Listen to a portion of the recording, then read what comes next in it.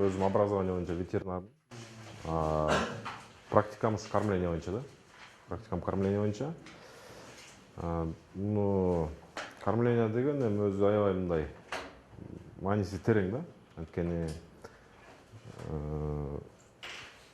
тамак аш өндүрүп атабыз да. Мисалы эт, сүт, жумуртка. Ошол тамак ашты өндүргөндө кандай тоюттандырсак, ошого жараша продукцияны алабыз да. Мисалы отуруп алып сүйлөй берсемби? Эстебайсызбы? Тиги кандай тоюп берсек, ошондой продукцияны алабыз да. То есть организмдин түзүлүшү өзү тамактануудан башталат да. Тамактануу кандай туура болсо, оору сыркоодон алыс болот. Оору сыркоодон алыс болсо уже экологически таза, эч кандай антибиотик гемоозу жок, уже продукцияны алабыз да. Ошон үчүн эмне кылышыбыз керек? Туура ингредиенттерди тандашыбыз керек. Мисалы, промышленный эмеде, производстводо тоок болобу, бройлер болобу, эт болобу, сүт болобу, биз деген малды өзү багуудан эметип атабыз да, чектетипчи. Бир жерде туруп атат. Мисалы, тоок эметсек, бир помещениянын ичинде канча деген тоокты кармалып багып атабыз. Ошон үчүн алар только биз берген нерселерди аркылуу гана эметилат да, тамактанулат. Ошон үчүн ошол жерге келгенде бере турган ингредиенттерибиз туура болуш керек да. Мисалы, жүгөрү, буудайды ала турган болсок, көп болбош керек ичиндечи. Микотоксин деп коет. Ошолор организмге кирсе, отравление болот кадимкидей элечи. Кадимкидей отравление болот. Отравление болгондон кийин обмен нарушаться этилет. Обмен нарушаться этилгенден кийин организм слабыйлашат дагы, ар кандай оору сыркоого чалдыгышы мүмкүн да. Анан антибиотик беребиз. Антибиотик бергенде, антибиотик деген организмден чыгышы кыйын да. Киргенден кийин көп убакыт керек да. Мисалы, в данном случае бройлер болсо 38-45 күндө уже союп салабыз эткечи.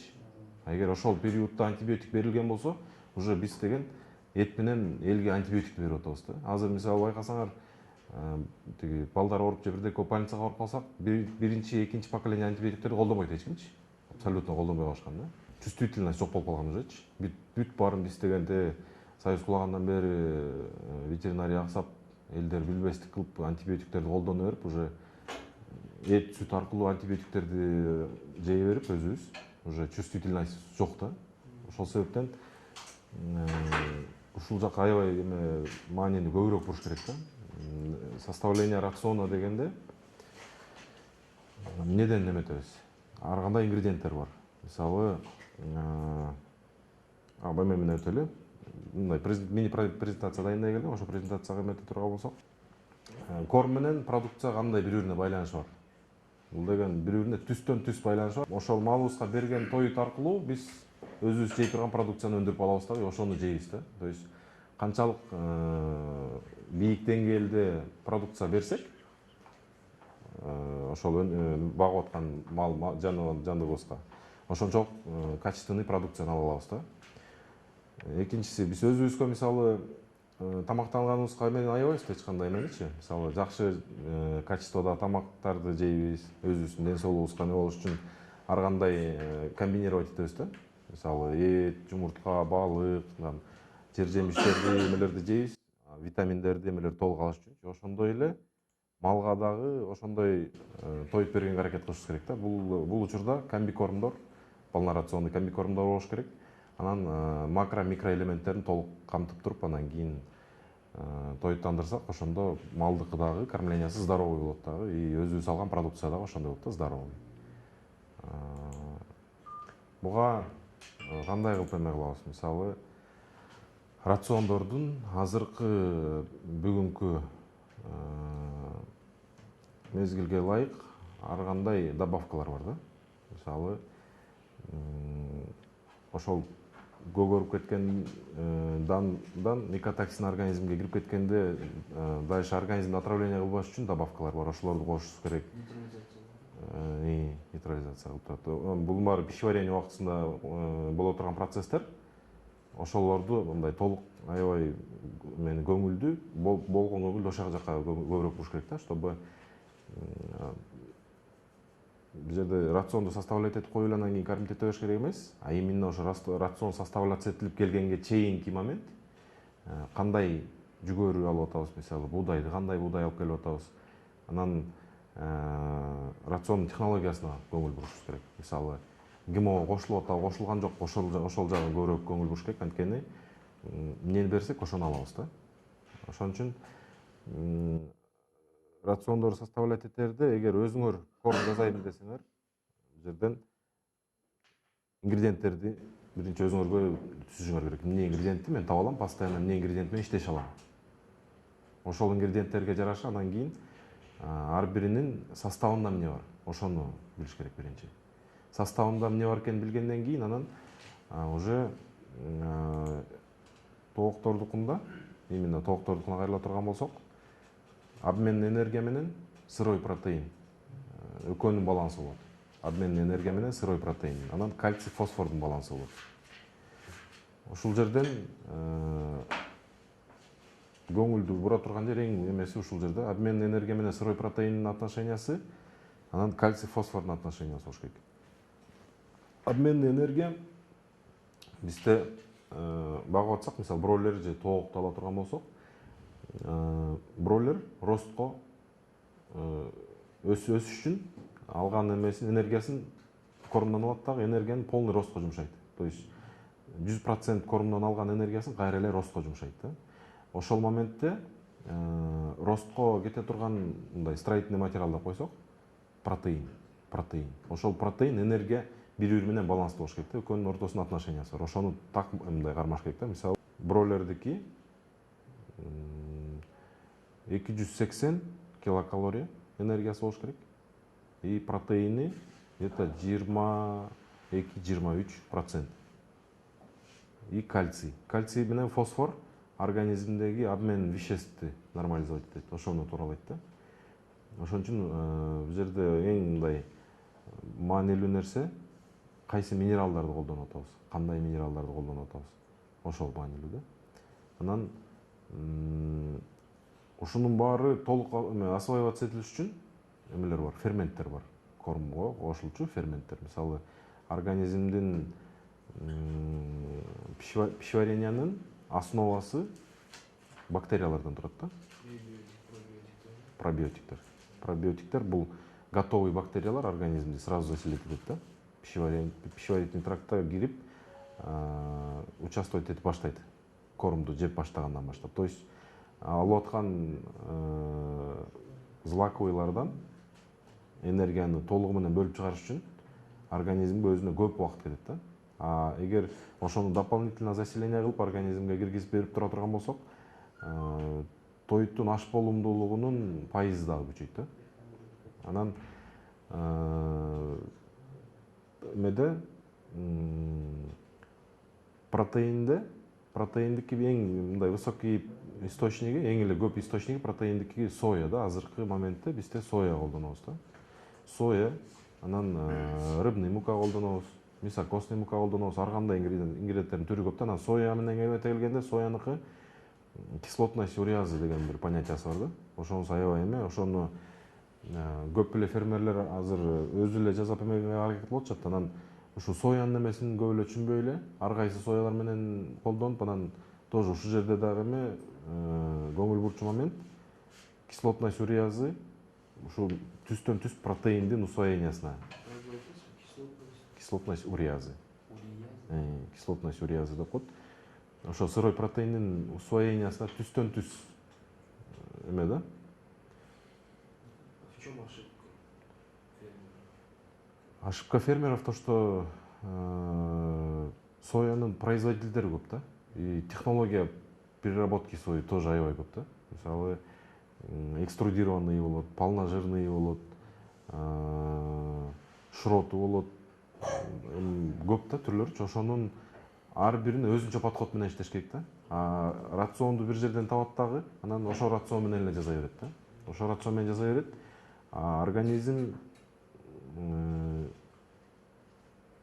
Организмге берилгенде доступном виде, анан кийин недоступном виде берилет да. Ошону бошотконду билиш керек да. Рецепттер менен освобождение болуш керек да. Анан ошондой болуш үчүн эмне керек? Бул жерде рационду мындай любой эле киши отуруп өзү түзүп коюшу кыйын да, анткени мисалы жылдап окушат бугачы. Көп жылдарды коротушат, окушат, анан кийин еще түзүп баштап и дальше окушат да, анткени ар бир ингредиенттин антипитательный факторлору болот. Ар бир ингредиенттикичи. Анан ошолорду комбинировать эте келгенде бири бирине дагы мындай противоречиялар болот ингредиенттердикичи. Ошол моменттерди соблюдать этиш керек. Ошон үчүн лучше мындай колдон келсе специалисттерге кайрылып, туура рациондорду түзүп, кормленияны тууралап алса, бул жерде ветеринарный оорулар да исключаться этилет. Организмдин обмен веществи нормада иштеп аткан болсо, иммунитети күчтүү болот. Иммунитети күчтүү болсо, ооруларга чалдыкпайт и уже дальнейший потребление антибиотиков уже отпадает, да? И здоровый мындай благополучный хозяйство болот, да? Бройлерди ала турган болсок, бройлердики багуу мөөнөтү деген 35-45 күн. Примерно эң кыска мөөнөттө өсө турган ушу эмеде бройлер канаттуулардын арасынан.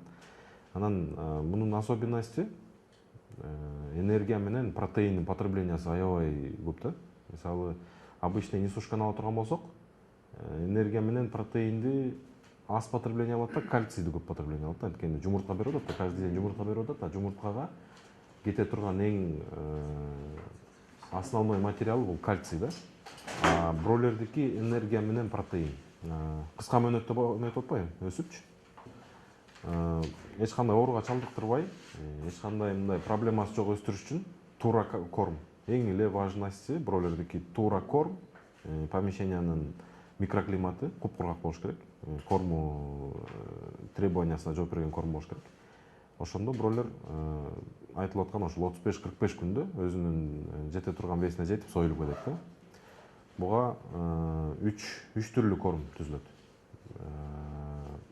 Старт, рост, анан финиш.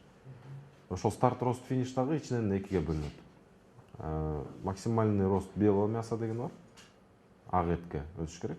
Же болбосо общий эле мышечный массаны өстүрөт. Ар кандай эмеде өстүрөт да. Төш эт. Рациондор примерно ондай болуп түзүлөт да.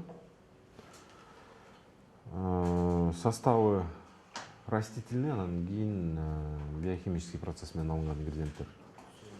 Например, если какие-то курсы пройти или при помощи технологий уже можно, да, в частном хозяйстве уже производить? Да, можно производить. Биз именно ушу менен иштейбиз да, биз частный фермерлерге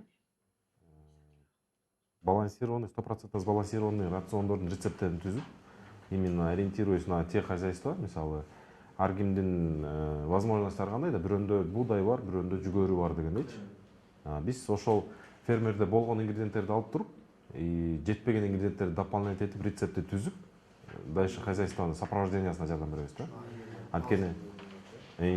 Анткени рецепттерди жазыш айтып атпайбы, мындай любойнун эле колунан келе бербейт, анткени мындай өтө мындай тонкий моменттерде, анткени рецепт жазылды, айтып атпаймынбы, жана азыркы күндүн көп ошибкасы интернеттен алат, же бир таанышынан алат бир рецептти, анан кийин именно ошол ингредиентти таба албайт.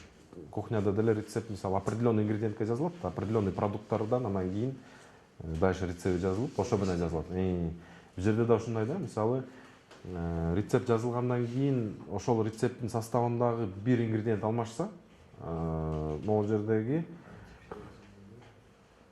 могул кормдун структурасы, ылдыйкы таблицада кормдун структурасы көрүнүп атат да, полный.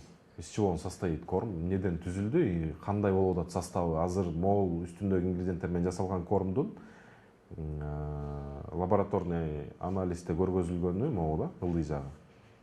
Эмнеден канча процент, мисалы, энергиясы канча болду, протеини канча болду, аминокислоталары канча болуп атат, макро, микроэлементтер, витаминдери канча болуп атат, ошол структурасы көргөзүлүп атат данный кормдун. Эгер алып туруп үстүнөн бир ингредиент алмашып кете турган болсо, но ылдый жакта структура полный өзгөрүлөт уже, анткени ингредиенттерге байланып жасалды да, ортосунан бир ингредиент цепочкасы үзүлүп атат, ордуна бөлөк келип атат. Уже структурасы башка да, то есть нужный направлениеде иштебей калат уже. Бул нужный направление иштеш үчүн постоянный ингредиенттерди контроль кылуу да. Ama ингредиенттерди когда вот сырье, да, берешь, будай, там, соя, да, и ее же надо хранить, если неправильно хранишь, она что же будет? Ооба. Бул жерде в общем фермер болуш үчүн мындай бир ряд цепочкалар бар да.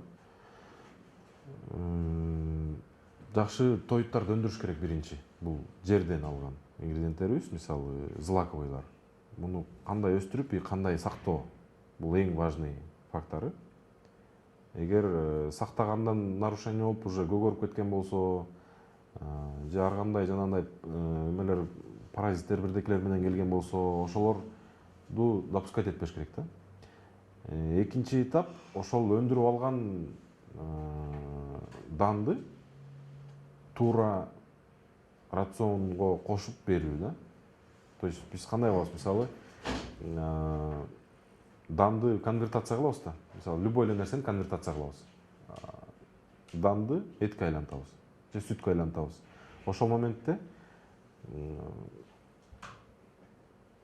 эгер ошол нормалар бузулган болсо, азыркы современный препараттарды колдонушубуз керек андачы. Мисалы көгөрүп кетти, микотоксиндерибиз бар, значит абсорбенттерди кошушубуз керек. Абсорбенттерди кошсок, организмге киргенде ошол микотоксиндерди нейтрализация кылабыз. Дальше ал жизнедеятельностун организмден жүргүзбөйт дагы. Пищеварение моментинде участвовать этет и дальше транзиттан чыгып кетет да. Ошондой нерселерди колдонсок, экономический дагы выгода алабыз өзүбүзгө. Анткени канчалаган тонна эмебиз көгөрүп кеткен болсо, анын баарын ыргытып жибере албайбыз да, колдонушубуз керек, айла жок. Эчтекеси жок колдоно албайбыз, анткени аны колдонсок, хозяйствобузга минуска, убытокко иштейбиз андачы. Ошондой болбош үчүн абсорбенттер бар. Абсорбент берилип аткандан кийин уже ар кандай эмелер берилиш керек, мисалы добавкалар, чтобы ошол страдать этип аткан микрофлораны кайра восстанавливать этип туруш үчүнчү.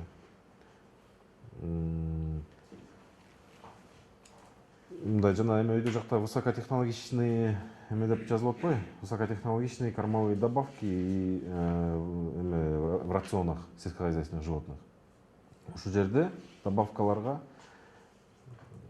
жана айтылып аткандай эле ферменттер, пробиотиктер, фитобиотиктер, БМВКлар, концентраттар, аминокислоталар, витаминдер, в общем, азыр кошо турган кормдун составын жакшырта турган добавкалар аябай көп. Производительдер дагы, ушул продукциянын түрлөрү дагы көп да. Ушуларды колдонуп, рациондорду туура түзүп алып, иштөөгө мүмкүнчүлүк азыр эме да, жеңил, аябай жеңил. Бул не только бройлердики, не только несушканыкы, вообще в общем эле животноводство, да, животноводство деген. Анткени муну союз убагында эле колдонушкан да. Союз убагында эле колдонушкан. Просто союз кулап калгандан кийин унутулуп калган бул нерселердин баары. Ошонун баары акырын-акырындан жанданып келатат да азырчы. Мисалы союз убагында эмне үчүн эт, сүт эменин баары мындай показательдер аябай эме болгон го, күчтүү болгон го. Жалаң ушундай технологиялар колдонулган да. Кормовой добавкаларды кошушкан. Нужный моментте берилчү жерлерден кормдорун беришкен. Ошон үчүн мындай показательдер жакшы болгон да. Мисалы чет мамлекеттерде эмне үчүн азыр сельский хозяйствосы аябай развитый. Кормлениясы туура да. Подход вообще хозяйствону жүргүзүүгө подходу туура. Бизде бул нерсе эми акырын-акырындан азыр жанданып келатат да. Азыр элдер түшүндү, что кандай уход кылып, подход кандай болгон болсо, ошого жараша бизнестин жүрүшү жакшы болот да. Мисалы алып келип эле мындай коюп койсо өзүнөн өзү өсө бербейт да, бройлер болобу же несушка болобу айырмасы жок. Кайсы болбосун, технологиясын выстраивать этсе, правильный технология менен, и успех дагы ошондой болот да. Хозяйствонун благополучиясы. Мисалы 1000 бройлер сатып алып келип туруп багып, хотя бы 950-син чоңойтуп өткөрүп алсаң, уже бул успех да. И веси соответствующий болсо, мисалы, уже ойлогон планга жетип атасың да. Ошого бүт эле технологиялар. Абсолютно бүт цепочкасы туура тизилсе, уже хозяйствонун благополучиясы и чөнтөккө келе турган киреши мындай ойдогудай болот да. Ошон үчүн составление боюнча эгер мындай суроолоруңар берме болсо, суроо жооп жакшы да негизи. Эмне суроолор болсо берсеңер. По-любому бияка сиздер азыр составление жазган күндө деле болбойчу рацион. Түшүнүш кыйын. Түшүнүш кыйын. Түшүнүш кыйын. Өзүңөргө алып эле бүт өз составление етип алып кетсек болот. Болот, болот, полный болот. Ооба. Мындай дандар бар. Ооба. Азыр бияка жазганда толтура жок да, түшүнүш жана. Жо бияка жазганда основнойлорду жазып алышыңар керек. Эмнелерге көңүл буруш керек. Рациондорду. Основасы кор болгондон кийин каттой ошондой рацион эмес каттарма алып иштеген жакшы болуп калат. Бул эми мындай спорный вопрос да. Спорный вопрос эмнеге дегенде, мисалы хозяйствоңуз эгер бир 500 бройлер же 500 несушка кармаган болсоңуз, ооба, анда сизге туура эгер мындай сатып алыңар, ачтыңар, кормить эттиңер. Бул жерде мындай кыйынчылыгы жок да. Эгер силердин хозяйствоңар 3000, 5000 бройлер боло турган болсо, ар бир килограммдан экономить этилген сомдор бул уже себестоимостька влиять этет да. Жок. Ал хозяйстволор уже башка хозяйстволор, алар чоң уровеньдеги хозяйстволор. Мисалы, азыр ар бирибизде эле жер бар, ар бирибизде эле хозяйстволор бар. Ошонун мен кандай десем, ар бирибизде мисалы дан өндүрөбүз. Примерно. 80% Кыргызстан өзү буудай себет, арпаны себет дегендей, жүгөрүнү себет, чөбү бар. Анан ошону колдонуш керек да, туура. Кантип колдонобуз? Мисалы, концентрат деп атпайбызбы? Концентрат сатып алган балким выгодныйраак силергечи. Концентрат деген БМВК, мисалы, белково, минерально витаминный частин кошуп коет, калганы кошулбайт да.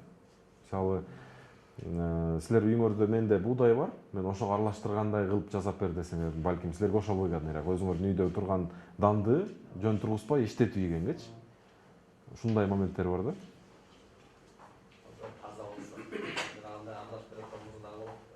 Добавкасын коштуруп, ошону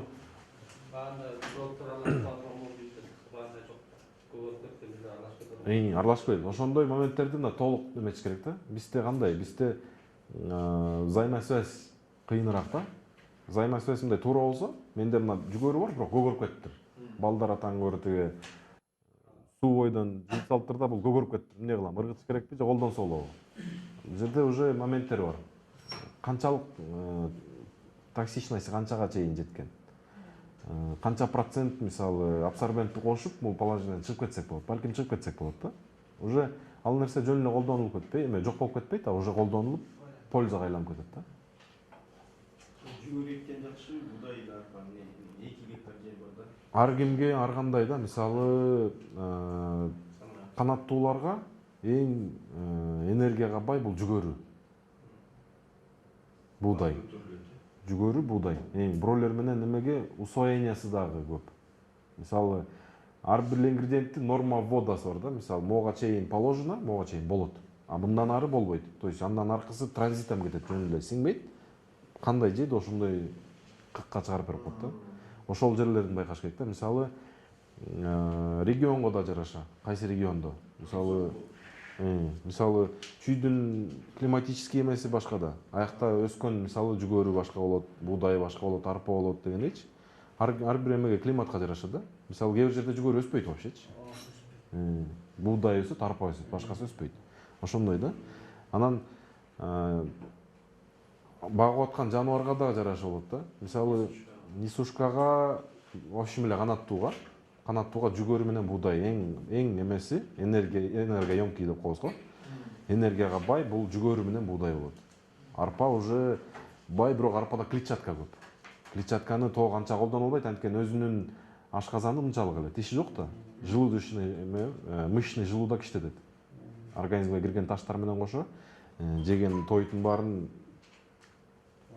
сиңирет да. Ошон үчүн аякка клетчатка берген болбойт, анткени өзүбүздүн рациондо энергиябыз жетиштүү эмес. Бул энергия рациондун эң мындай составляющий кымбат нерсеси бул энергия менен протеин да. Калганы уже меньше мындай затратный да. Ошон үчүн ушул жерде ушул нерселерде көңүл ачыш керек да. Мисалы, Рома айтат да. Ромадан жок. Үстүн ана жемди бериш керек. Ушундай айтып да, Жок, ал балким Жаза колтор берсе кандай болот? Рома деле ушу менен рецепт алат. Ошондой эле. Рома деле ошо мындай эмелердин баары эле келет да рецепт алышат да баары элечи. Бул жерде мындай эмес. Канаттууларды өзүнүн требованиясы бар. Ошол требованияга соответствующий корм жасалса өсө берет. Бул жерде кормдун составлениясы ичинде камтылган ингредиенттери туура болуш керек. А Рома айтып атканын маанисин туура эмес түшүнөсүздөр да. Рома деген айтып атканы ал ушундай өзү башканы берме деген эме. башканы мындай, мисалы барып туруп жүгөрү менен, жалаң жүгөрү менен бакпа деген мааниси да. Мисалы ошол бройлердин потенциалы бар, ошол потенциалды ачыш үчүн өзүнө керектүүлүүчү аш болумдуулук, мисалы требованиясы ошол кормдун ичинде болуш керек да. Ошонсуз болбосо ал только жүгөрүдөн ала албайт, анткени жүгөрүдө керектүү нерсеси, мисалы любой эле рациондун 60% түзөт злаковыйлар. Жүгөрү болобу, буудай болобу, калганы уже белковый, витамино, минеральный, аминокислотный часть болот да. Ошону айтып атат. Мисалы бройлерди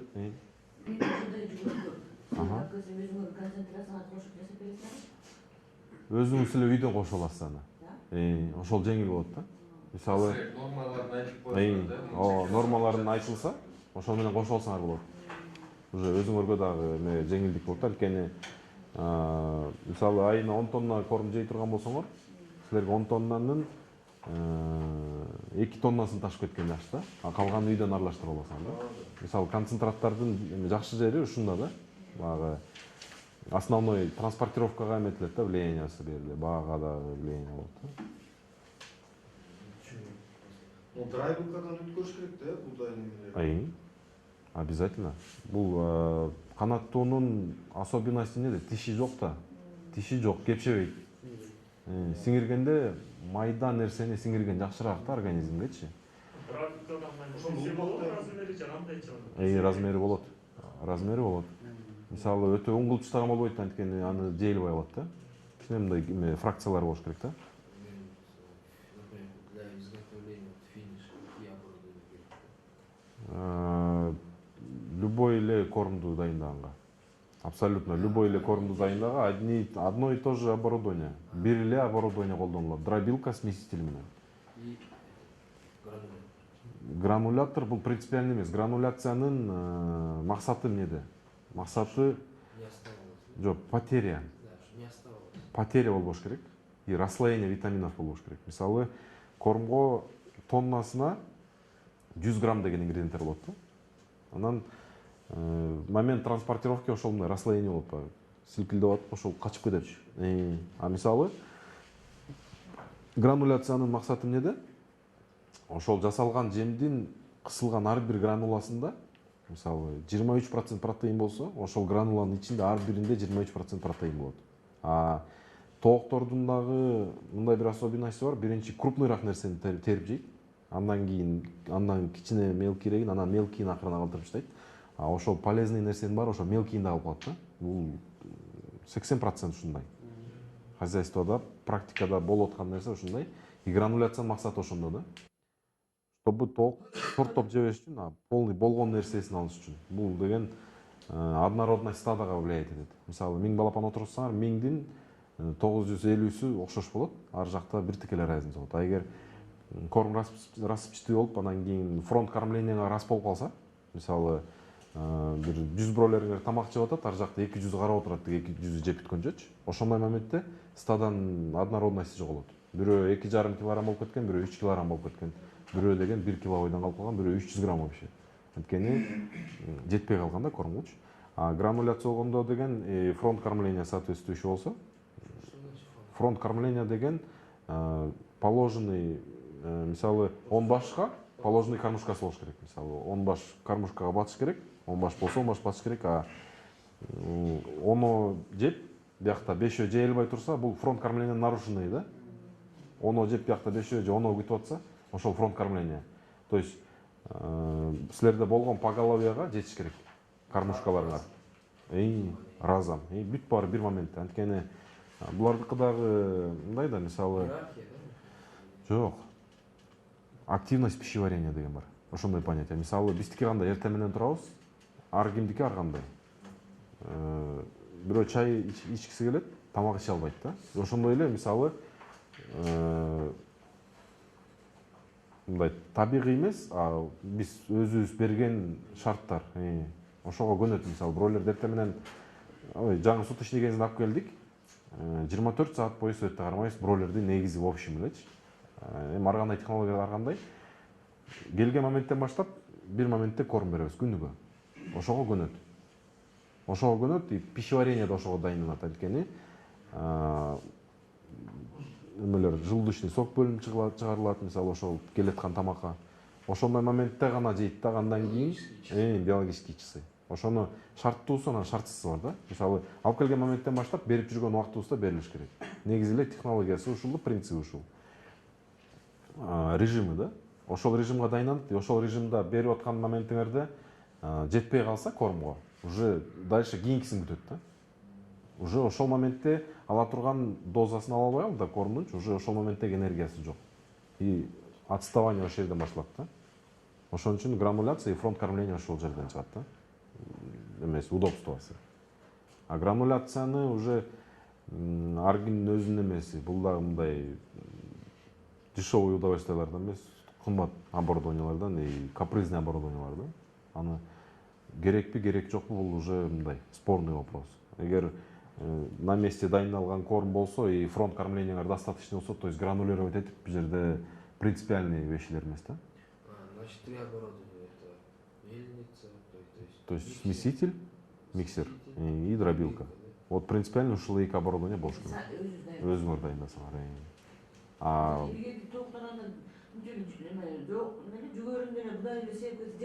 Жок, домашний тоок менен бройлердин айырмасын вообще алмаштырбаш керек да. Анткени домашний тоок бул свободада жүрөт, боштондукта жүрөт, өзү каалаган, өзүнө керектүү нерсени ала алат, природадан ала алат.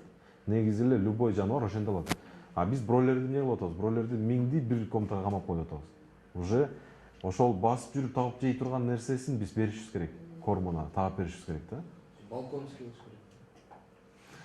Мисалы жана миң тоок болсо ошону канча положено жемин чачып эртең салып коюп, ошондон ар бир өзүнүн положено дозасынан ашып албай алат. Жейилбайт. Бул жерде тооктун физиологиясы мындай да. Зоб бар. Ошол жерге жемди чогултат. То есть ошол жерге толгондон кийин бул өзү нормасын билет да. Зобко канча суу кириш керек, канча жем кириш керек. Мисалы адам деле өзүнүн нормасын билет да, малдыкы деле ошондой сыяктуу эле. Өзүнө положенныйын эле ала алат. Бул мифтердин бири ушул да. Салганын эле жей берет деген бул туура эмес да. Ошол жана бир 3,5 ошондо сиздер просто жебей калышың болот. Жебей калат. Ал режиминен да. Корм турат, Корм турат. Режиминен. Мисалы эртең мененки завтракты ичпей калсак, бүт ичпей калабыз да, ошол бойдон өтүп кетет ала завтрагыбызчы. И бройлердики деле малдык ошондой да. Өзүнүн режиминен өтүп кетсе, ал просто жегиси келбей калат ошол убакта. И ошондон отставание башталат да. Ошон үчүн фронт кормление. Мисалы эртең менен жемиңерди бергенде, миңер болсо, ошонун хотя бы 950-сүнө кормушкаңар жетиш керек да. Ошондо отставание болбойт. Стадан однородность болот, ошондочу. Разницасы ушунда эле да. Просто есть, просто жей албай калат. Бар, жейилбей калган убагында, батпай калган. Андан кийин уже жегиси келбей калды да. Үйдүн тооктон жана короз болсо, төгмөчөтүгө ток. Айырмасы ошондо эле да. Айырмасы ошондо эле. Камень конкретно. Камень дробить этилбейт. Мунун өзүнүн камень дробилкалары бар. Камень болгондо кандай камендерди мындай жөнөкөй эле ташты колдоно бербейбиз да. Жөнөкөй ташты колдоно бербейбиз. Бул жерде источник мрамора да. Плюс кальций источник болот ал жерде. И пищеварение дагы колдоно. Фракция мраморный эмелер. Жок. Фракциясы менен. Крошка да? Крошка, мраморный крошка. Ошону добавляем. И не дробится это. Бул ошо фракция боюнча кириш керек да. Ал камень обработкадан уже дайын фракциялуу дробиться этилип келген да. Ошону смесительге кошобуз. Дробилкага эмес. Анткени дробилкага кошуп салып кумга айланып кетет, анын пользасы жок калат да. Бизге именно фракциясы керек таш бойдон, чтобы мышечном желудке иштеш керек да, сүрүш керек кормду. Бул эмеси ушундай да особенности. Тиши жок, именно мышечный желудокто иштелет кормдун баары. Айырмасы ушунда да. Анан дагы кормдо мындай карала турган нерселер витамин витаминдер организмде организм стресс болгон сайын эле витамин менен аминокислотаны сжигать этет да. То есть ошонун восполнениясы да. Кормго положенный кошулуш керек дагы и еще дальнейший профилактический мероприятиялар болуш керек. Бир айда бир жолу, эки жолу, чтобы ошол коротулуп кеткен аминокислоты менен витаминный комплексти восстанавливать этип туруш үчүн перорально суу менен бериле турган аминокислоталар, витаминдер бар да. Ошолорду профилактически бир айда бир эки жолу, 3 жолу кайталап коюп турса, росттун темпи токтобойт да. Ошол важный эмелери. Организмде балансты кармаш керек.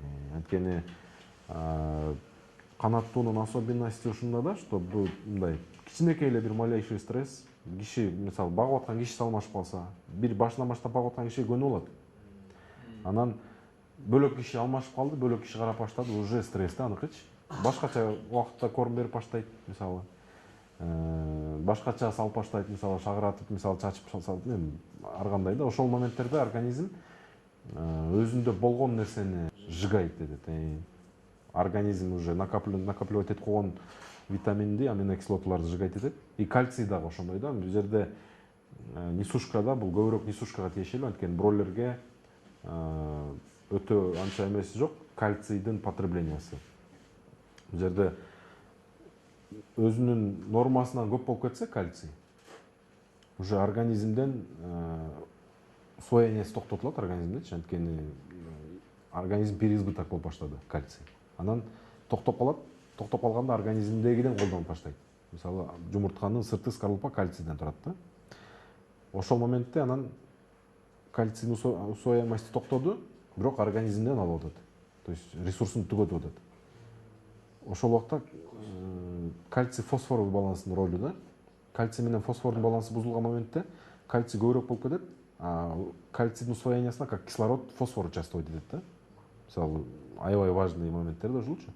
Анан сөөктөн уже эң доступный нерсе сөөк организмде. Ошо сөөктөн чыгарып баштайт кальцийди. Сөөктөн кальций чыгып баштаган моментте обмен бузулат да. Обмен веществ бузулат. Обмен веществ бузулганда колдонулуп аткан энергия менен протеиндин жеткирилүүчү жерлерге жеткирүүсү токтотулат да ужечи. Уже полный структура бузулат. Ошон үчүн организмди туура направлениеде алып жүрүш үчүн эки показатель, жана башында айтылгандай, обмен энергия менен сырой протеиндин балансы, анан кийин кальций фосфордун балансы. Ушул 4 нерсе эң основасы кормдун. Обмен энергиясы чего состоит? Линолевый кислота организмде энергияны бере турган линолевый кислота. Энергияны ошо линолевый кислотаны пайда кылчу нерсе бул жир, сырой жир. Ушул энергияга прямой Масло, жир. Бул ингредиент түрүндө айта турган болсок. Энергиянын өзү жөнүндө айта турган болсок, ар бир ингредиент өзүндө энергияны да камтыйт, протеинди да камтыйт, клетчатканы, кальцийди, фосфорду ар бир ингредиенттин ичинде бар бул нерсе. Просто канча содержаниясында да вопрос. Мисалы, жана башында айтып өттүм, жүгөрү менен буудай эң эмеси энергия емкий эме канаттууларга жүгөрү менен буудай. Анткени содержание энергии, именно энергетический эмеси долясы именно ушуларда көп да. Анан абсолютно любой ингредиентте энергия бар. Хоть канча мизерный долясы болсо дагы бар дагы. Ошону колдонобуз. Рацион составляться этилгенде ошол принцип менен составляться этилет. Развернутый анализ болот. Ар бир ингредиенттики. Сояныкы, подсолнечный, жмыхтыкы болобу, шроттуку болобу, мясокосныйдыкы болобу, рыбныйдыкы, абсолютно бүт баарыныкы развернутый анализ болот. Ошол анализге таянып туруп, анан кийин рациондун рецептин жазып баштайбыз. То есть бизге канча энергия керек? Так, бул ингредиентте мынча энергия бар, мында мынча энергия бар. Өзүбүзгө керектүү энергияны чогулткандан кийин уже протеин карап баштайбыз. Так, мында мынча протеин бар, мында мынча протеин, ар биринен протеинин, ар биринен кальцийин, ар биринен аминокислоты комплекстин группасын алып чыгып туруп, анан кийин баланска жетебиз да. Ошол моментте эң важный момент ошол составлениеда. И структурасы өзгөрөт деп атканым ошол. Бир ингредиент алмашып кетти, ордуна бөлөк келди. Бул жерде ар бир ингредиент бири бирине байланып түзүлгөн да рацион. Азыр не подходит. Ошол сыяктуу болуп калат. Рацион ошо СДден бар түзүп кетиш үчүн полночь. Кандай эме токташ керек кандай витаминдер мененчи полночь. Ошо кандай канча каражат талап кылынат? Ал эми ар кандай. Бул жерде эми хозяйстволордун эмесине жараша. А так негизи биз рационду мындай хозяйстволорго мындай эле жазып беребиз. То есть биз өзүбүздүн ингредиенттер сатабыз да. Ошол ингредиенттерди бизден алат и биздин эмеге как бы ингредиенттерге жазып бере беребиз рациондордучу. Куринкеева дейсиз. Куринкеева биздики. Мясо костное мукаи жана кальций береби? Кальций. Основной источник кальция, да. Кальций, фосфор. Как обойтись без него? Монокальций, фосфат, трикальций, фосфат, дикальций, фосфат. Можно. Бул религиозный эмелер боюнча эметилет да. Бул жерде көп источниктер. То есть легко можно. Легко можно. Бул жерде ошо религиозный эмелер боюнча ушундай эмелер бар, вопростор бар. Кальцийдин источниктери, фосфордун источниктери көп да. Просто эң доступный, эң легко усвояемый ушу мясокостный да, анткени сөөктүн ичиндеги кальций да, уже в свободном виде. Калган балансировать этебиз, уже организмден синтез болот да дальше. Бул жерде эмеси жок, принципиально эмес. Хозяйствода болгон ингредиентке рецепт жасоот. Рецепт мындай рецепттин өзү бул кормлениянын именно зоотехниктердин эмеси ошол жеңил өтүш үчүн да. Мисалы региональный бир эмелер болот да, ошолордо баягы рецепт бир эле эмеде форматта эмес, бул ар бир хозяйствонун эмесине жараша түзүлүш үчүн. Мындай рамка эмес да булчу. Ар бир хозяйствонун и ар бир хозяйствонун требованиясына жараша жазыла берчү нерсе да. Это как рацион рецепта. Можно разложить, можно какой-то Заменителер, то есть ингредиенттер. Самое главное соответствие. Мисалы бирөөнө мисокоска жакпайт да. Вот вообще кошпойм дейт мисокоска. Значит, рационду башкача түзүш керек. Без мисокоски да. Бирөө жок, мен мисокоска кошом обязательно дейт. Анткени өзүндө бар же баасы жагып атат дегендей эми ар кандай эмелер менен. Жок. Бул рыбный влиять этиши мүмкүн, анткени рыбный да эмес, жыт вкусовой влияние жок. А так жыт болушу мүмкүн да, забой моментинде. Охлаждение болгондон кийин ал жыт эле жок болуп кетет. То есть мисокоскада андай эме жок.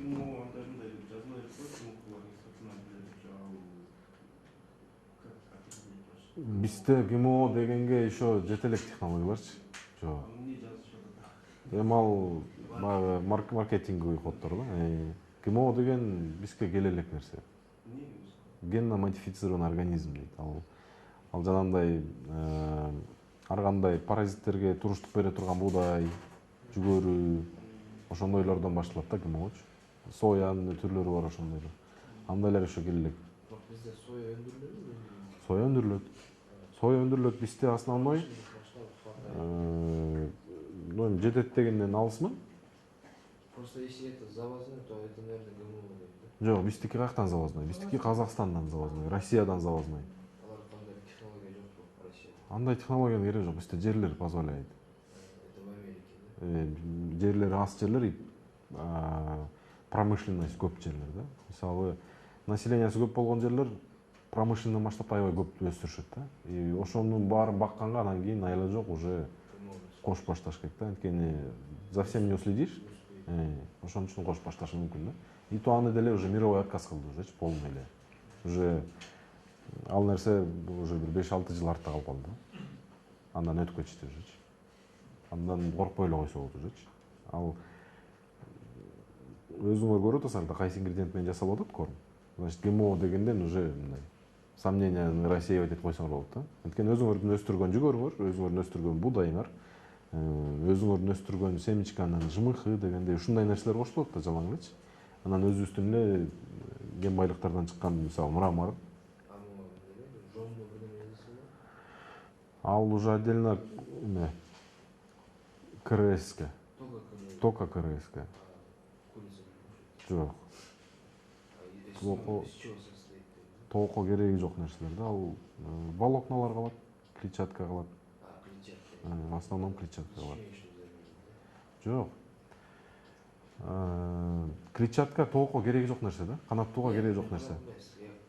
КРС-ке эң керектүү нерсе клетчатка. Чтобы заменить этот... Ичмени заменить ете албайт эч нерсе. Жок, энергия. Мисалы энергия жок канча жомдочу. Жомдо волокна бар. То есть ал өзүнчө да детрагентный клетчатка деген бир понятие бар. Ошол жакка керектүү нерселер да. Мындай ичмени бирдекени ингредиенттер бири-бирин мынтип толугу менен заменить этип чытай албайт. Взаимозаменяемый болот, эми дополнение калы. Толугу менен бирдекени заменить этип чыташ мүмкүн эмес да. Кыйын. Анткени Только химией можно, да? анчалык химия корм мындай дорогой болуп кетет да. Только растительная основа. Эң эле эмеси растительная основа. Андан ашык эмес, андан кем эмес. Ошондо хозяйствоно бар, благополучный мындай немеси жок. Анан биздеги эмелер мондай жана концентраты деп атпайбызбы?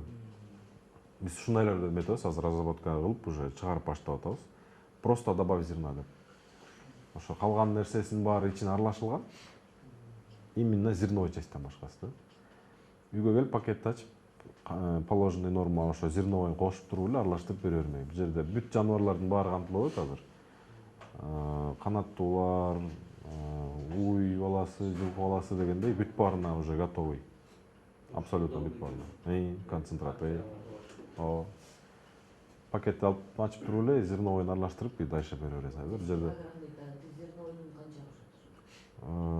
зерновойн бул жерде ар кандай процентный соотношениялар бар. 16%, 16%, 15%, 20% эми ар кандай случайга да. Могу жүгөрү буудайлар мисалы үчүн көп жыл туруп калган болот, кампатачы 3-4 жыл ошолор эчтеке болбойт. Эчтеке болбойт. Эчтеке болбойт. Бул Не жерде теряет жок, влажность эле терейт да. Влажность. Влажность эле жогот. Бул жерде куп-кургак болуп калат да. Куп-кургак болгондо дагы влажность бар. То есть абсолютно кургак калышы мүмкүн эмес да. По-любому канчадыр бир процент влаганы содержать этет. То есть негизи злаковойлордун канча көп турган болсо ошончо жакшы да. Конечно 5 жыл 10 жыл эмес, анчага тургузуп кереги жок да. Жок. 1 ай 2 айдан ары да. Анткени 2-3 жыл турган болсо айырмасы жок. 2-3 жыл турган болсо деле кете берет. Сен эме кылып койсо, амафосфет мындай эме кылып жанагы будайлар немесин бербей берем, мисалы кара көсө бир нерселер орлар бар го, ошолордо кайра жана кызыл дар менен дарылайсыз да. Жок, ал неме да? Ал жизнедеятельностун токтоткончо ошол нерседен арылып калат өсүмдүктө өзү дагы. Мисалы, химияны колдонуп атпайбызбы? Ал өсүп атат. Аныкы да кадимкидей армени бар өзүнүн ичинде. Ал өз организмде ошондой. Келген химиядан кутулат, таза дан берет алчы. Чоколад ошон сылап айырмасы бар ошондо бакчыбыйда. Кандай? Арбуз астында чыгып атпайбы? Даяр болуп чыккандарчы. Анда мындай арылбай калды. Арбузлар карылып кетти ошондо. Ошол Айырмасы эмнеде? айырмасы бул деген өзүнүн жашоо мөөнөтүн толук токтотуп бүтүп атат да өзү. Арылып жетишип атат да. Алма жетишпей калып атат. Ал берилген убакыттан, үзүлгөн убакытта калып калып атат да, алмадан еще толук чыга элек болот. Алдыр өзү түшүп калган маалда Таза болуп калат да. Таза болуп калат. Организмдин өзү ушундай да. Бүт эле организм өзү ушундай. Бизде 60 жаш чыккан, 70 чыккан жок мүмкүн Жок. Бул организм башкача. Бизде консервация боло берет. Көп нерсе консервация боло берет. защитная функция. Ошон үчүн жана башында айткандай эле антибиотиктердин организмден чыгышы кыйын. Эмне үчүн антибиотик кормлениянын немеси важности эмнеде деп жана башында айтылгандай, организмди обменин туура кармап, иммунитетин эң бийик деңгээлде кармалса, антибиотикти и ветеринарный ооруларды мындай исключать этип койсо болот. Только уж за счет кормления. Кормление правильный болсо, иммунитет жакшы болсо, ооруга чалдыкпаса, антибиотикти бериштин максаты жок уже. Антибиотикти албаган жаныбардын эти бул экологически таза эт болуп саналат уже. Анткени эч кандай антибиотик организмге кирген жок. Есть же еще это природные антибиотики. Алар природный. Природный деген природныйдыкы кандай? Ал деген организмге зыяны жок. Ал природанын өзүндө болгон нерселердин баары зыяны жок. А биз деген антибиотикти деле природадан алабыз. Просто көп масштабта и концентрациясы көп. Мисалы, ал природада болгон антибиотиктердин составы вообще мизерный да, ал капля в море болуп калат. А биз берип аткан антибиотиктердин концентрациясы 200 килограммга бериле турган антибиотиктин дозасы превышать этет да.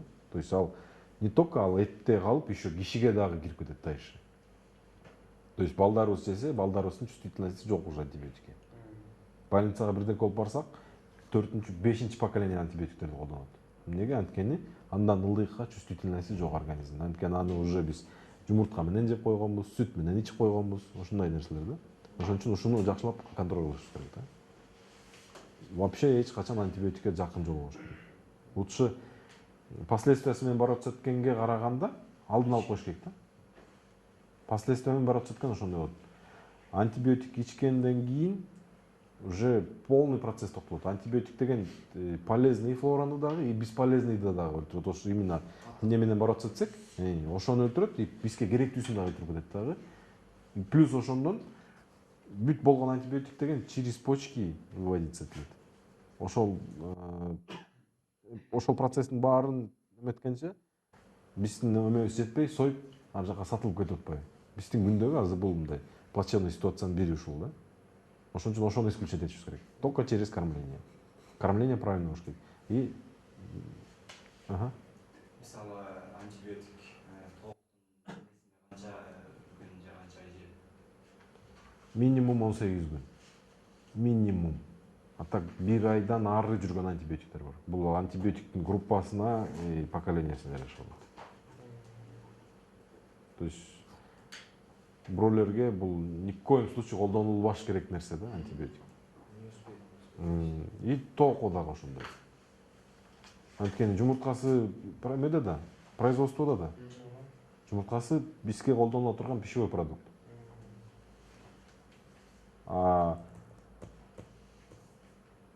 Мисалы, бияктан антибиотикти бердик, бияктан кайра өзүбүз жедик.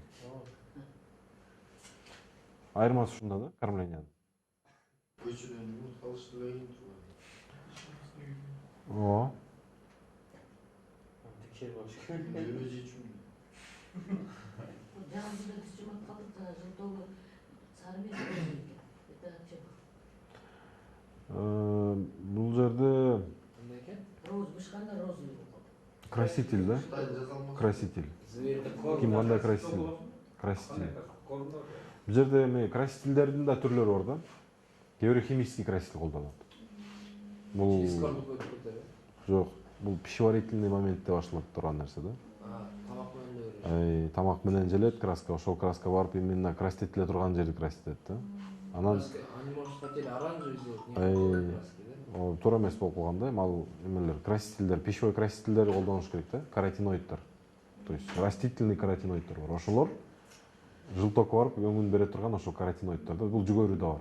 Вредный, да? Жок, мындай, безвредный жүгөрүнүкү. Естественный краситель. Природный краситель өзү тоок ала турган краситель ошол жүгөрүдөн, буудайдан алынат. Розовый жеп сол. Жок, эми бизге кирип аткан эме бул уже подконтрольный нерсе болду азыр. Күндө уже контроль болуп калды. Мурун жок болчу да, мурун ким кандай берсе ошондой берилип, ошондой краситель берчү. Азыр уже подконтрольный, только растительный основадагы каротиноиддер берилет азыр. Это ким текшерет? Минсельхоз, ветинспекция, То есть чоң фитосанитария. Бул государственный уровеньде уже. Фермерлер кантип текшерет? Бул лабораторный уровеньде текшерилет да. Все-таки не стоит. Эми Значит, что? Жана жумуртка стандарттан өтүп уже текшерилгенден кийин кирди да продажага. Азыр окуп калат ошондо. Просто краситель кошуп калган Жанагы жумуртканы айтыш кыйын. Жумуртканы контроль кылбайт бостандарчы. Жок. Ал бизде производствода контрабанда болуп кирген жумурткалар болушу мүмкүн. Анын баарына эме мындай точно ответ бериш кыйын да.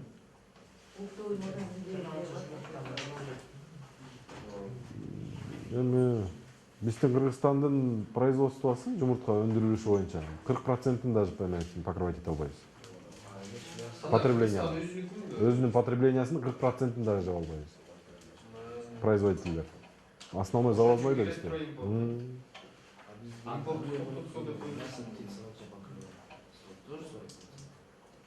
Получается ошондой да. Эгер жумуртканын 40% кылып атсак, этин даже андан дагы аста. Эти боюнча канча? Эти боюнча бүт эле завозной болчу да. Азыр мына мондай эмелер болуп, кичине семинарлар болуп, мындай курстар болуп, бройлер бакканга элдер кызыгып, 1000ден 2000ден багып, азыр бройлердин поголовьосу миллионго жете элек ошо. Миллион бройлер жок ошо Кыргызстанда. Миллионду Кыргызстанга Аста. Мен 6 миллион Аста. Ошо бүт эле биздики импортозамещение кыла элекпиз да эч нерсени абсолютно. Только тиги эти может именно говядина, баранинаны импортозамещение кылып мындай ага необходимости жок да. А калган продукциябыздын баары эле импортозамещение. Аз количествода келет да, бирок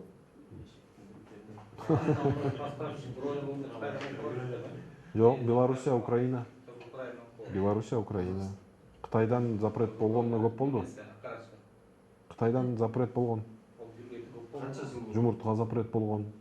Жумуртка запрет болгонуна көп болду уже. Эттиги говядинасынан мына жакында эле койду го дейм. Тооктугуна да запрет койгон. Контрабанда менен кире берет да. Эми аны айтыш кыйын. Аны айтыш кыйын.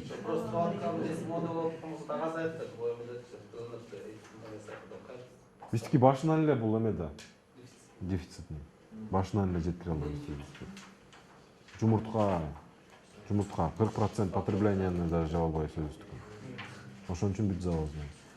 Анда импортту жумуртканы токтотсок, бизде баасы көтөрүлүп кетет. Көтөрүлдү го.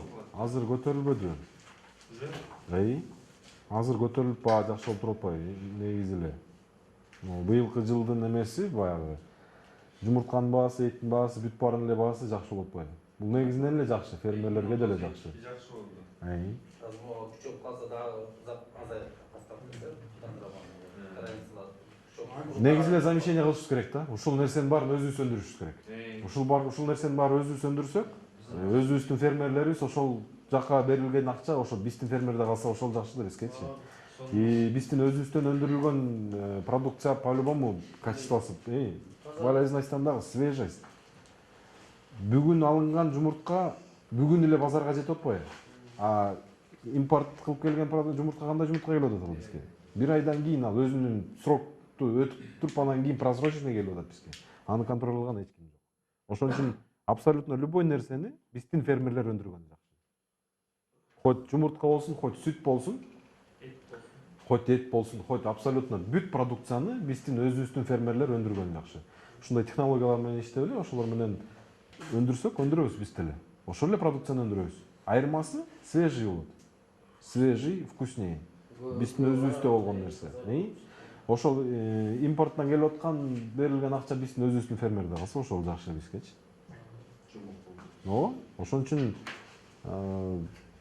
мындай куда стремиться, куда расти есть дегенде силерге мындай эме да, бройлер боюнча, несушка боюнча аз окуп атпысыңар, эми только эмелердин технологиясын туура выстраивать этип эле иштей бериш керек, болду. Акча ошондо бизде өзүбүздүн фермерлерде калат да. Ошто филиалыңыз барбы? Ошто филиал жок. Эми рецепт алыш үчүн мияка кетип кетет экен дейт, интернеттен. Телефондан алсак болот. Жок, азыр баарын алыш керек. Жок, бул эмне жок? Да, ал вопрос мындай эле.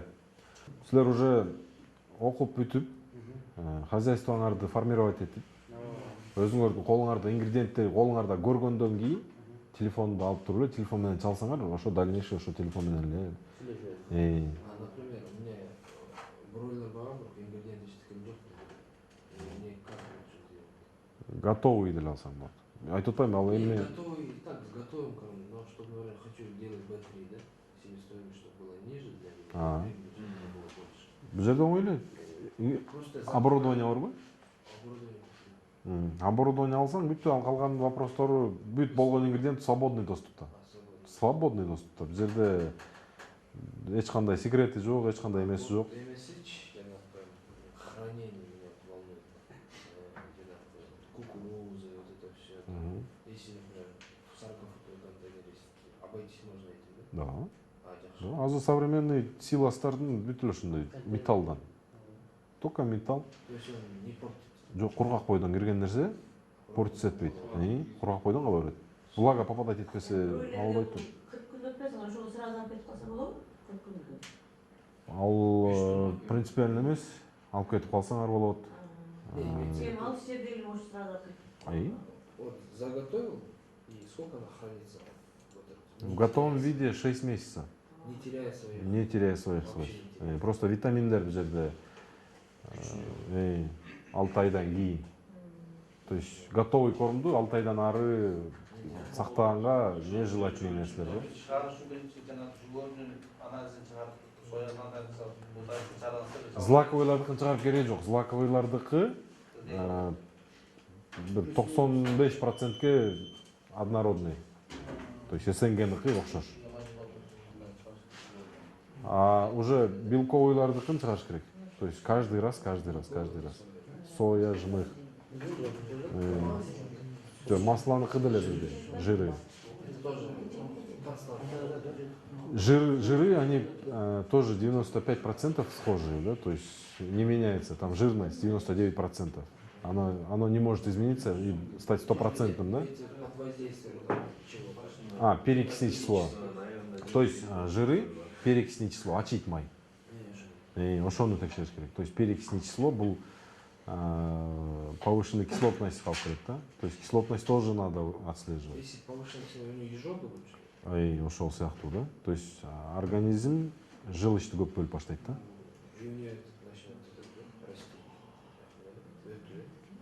Жок, расти эмес, наоборот, желчтин чрезмерный көбүрөөк чыгарып баштайт, да, чтобы справиться с перекисным числом. То есть майда, майдыкыдагы мете турган нерсеси, майды да көп количествода алып сактап койгон болбойт да, ошондочу. Ингредиенттердин арасынан май бузулат, ачып кетет. Калган күн тийбеш керек да, күн тийбеш керек и бирдей комнатный температурадан эмеси желательныйраак да.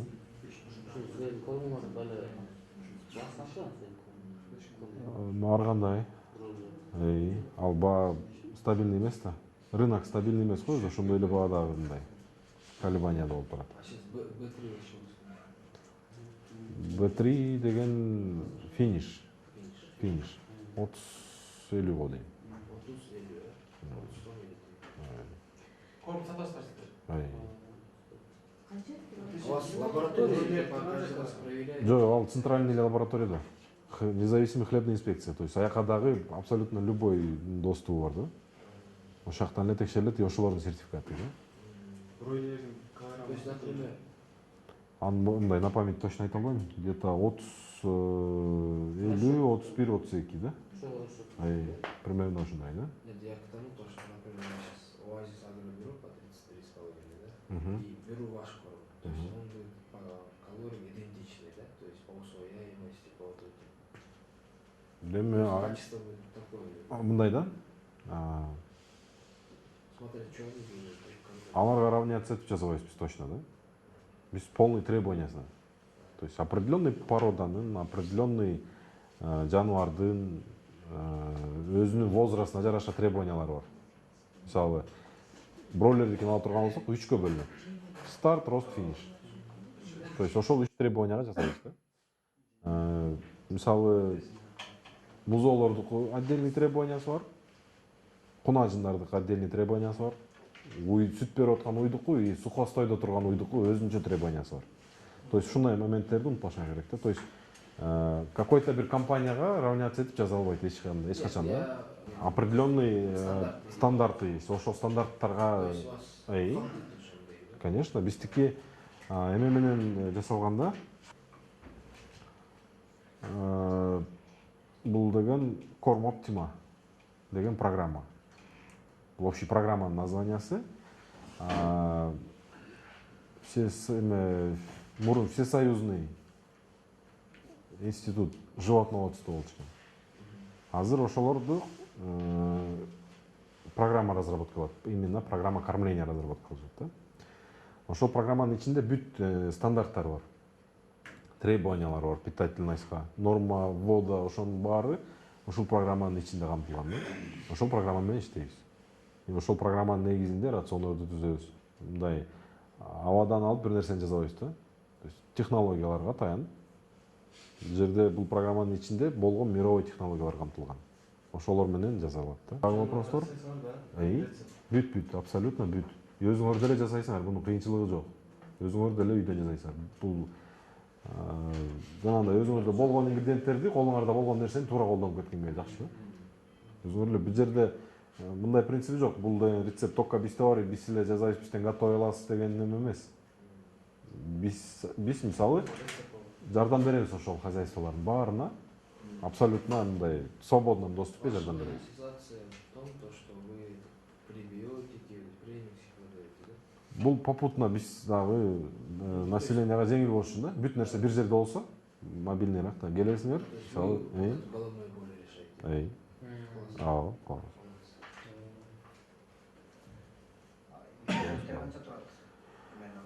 Ингредиенттери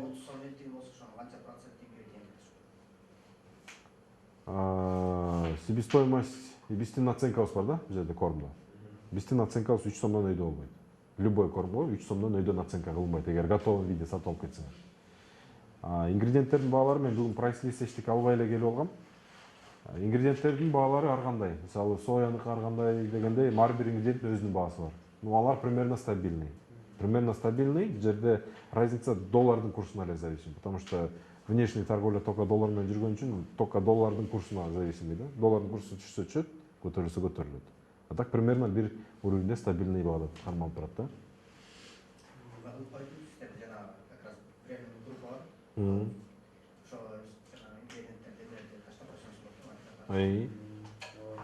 Куринки 8 333. Силер жана инкубатор менен да иштейсиңер. Биз в общем полный эле сельское хозяйствода барбыз. Ошол боюнча информация алышып. Жөжө боюнча инкубация кылам десеңер, тоже сопровождение беребиз. Жөжөлөрдү биз өзүбүз алып келбей алганбыз. Только несушкан жөжөсүн алып келебиз. Мисалы хозяйствону чоңойтом, жумуртканы алып келип мен өзүм инкубация кылам десеңер, ага да жардам беребиз технологиясына. Потому что мен өзүм практикам ушу негизи эле сельский хозяйствода да. Бизде балык бар, уже пробный хозяйствобуз бар азыр уже, форелевый. Откормочный комплекстерибиз бар, букалар откормдо турат бизде постоянно. Жылкылар откормдо турат постоянно. Ошо өзүбүздүн корм менен да, мунун баары эле ошо бири-бирине байланышкан эмелер да. Инкубаторийлерибиз бар болчу, инкубаторийлерди сатып ийгенбиз, азыр инкубаториябыз жок, но технологиясын билебиз да. Технология инкубация кылсаңар өзүңөр да. Это тоже противоположно. То есть абсолютно любой нерсени өзүңөр кылсаңар болот. Бул жерде принципиально бирөөдөн сатып алып эмес да. Абсолютно. Нет, просто инкубатор есть, и это да, а вот типа можно улучшить свои знания. Бройлерлердин жумурткаларын алсак силерден, өзүбүздө мен мисалы бизде апарып турат. Бизде жок жумурткалар. Бизде кормление. Кормление от и до, да? От начала до конца кормление. И сабактагы темасы дагы ошондой да, кормление. Ошо по теме эгер вопростор болгон болсо, Кайдан алсак болот ушу? ошол эле ромалардан алсаңар болот. Ким ромаларбы? Биздики несушка боюнча, бройлер боюнча эмерек. Биз несушка алып келебиз. Россиядан алып келебиз. Дикалп бар, корал бар. Ошо дикалп менен коралды биз алып келебиз да. Роман жөжөсүнө калып, силерге жеңил да, точно. Болот, болот. Например, несушканы уже эмеден алганбыз. Кийинкисин силерден алсак болот, Жок, өзүңөр ошону чайлык кыласыңар. Тоже бирөөгө переплачивать этпейсиңер. Мисалы 300 канча сомдон албай, 100 канча сом менен жумуртка жете аласыңар да ужечи. Просто коркунуч дегенimiz бул времени мындай Вакцинация. То есть технология. Бул жерде коркунучу жок. Тоже технология. Технология эле болду. Только технологияны колдонуш керек. Суточныйдан алыш керек, суточныйдан өстүрүш керек. Бул жерде деле кормление. Основной кормление.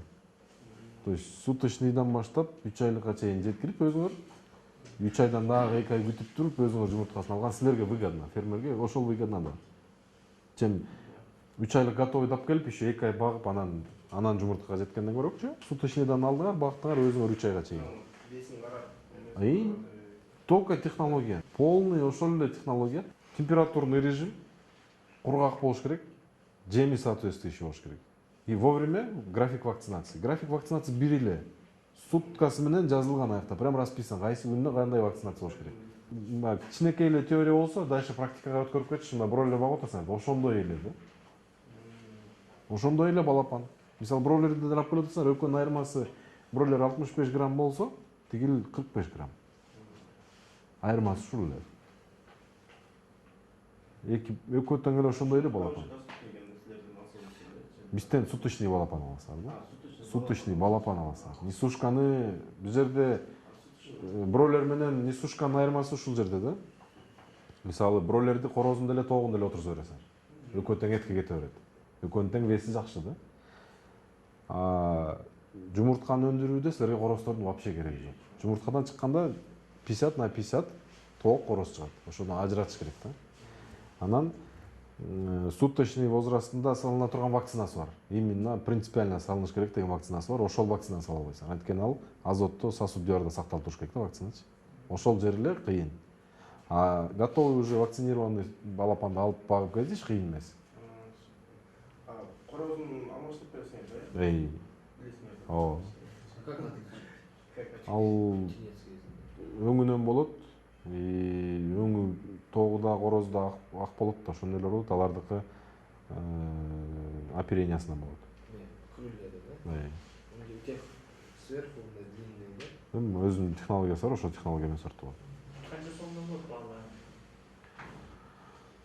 Так, несушканыкы 70 сомдон да. Суточный да. Суточный курочки. Жаңы вакцинация 5 суткада Сайылганы менен, ошол готовый. Ушуну кай жерден алсак Yok. болот? Кайсы болду? Дробилканы?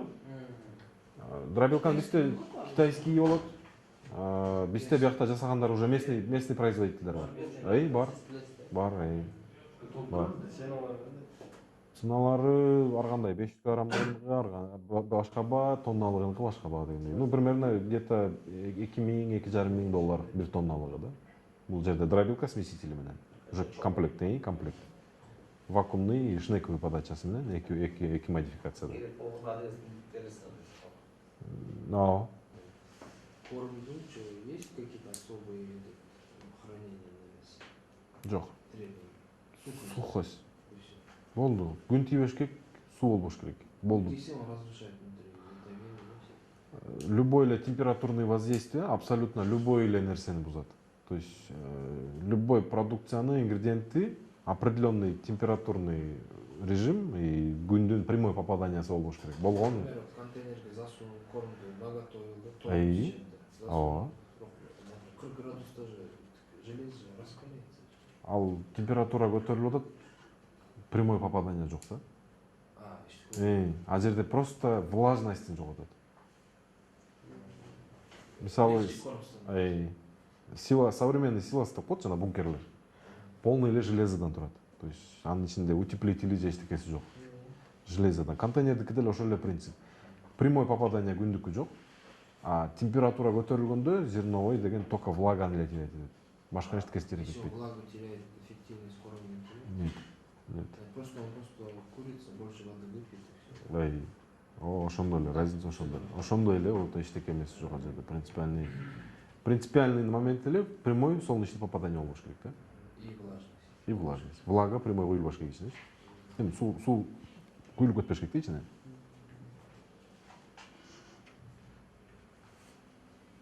Дагы вопростор? Понятно дело. Да,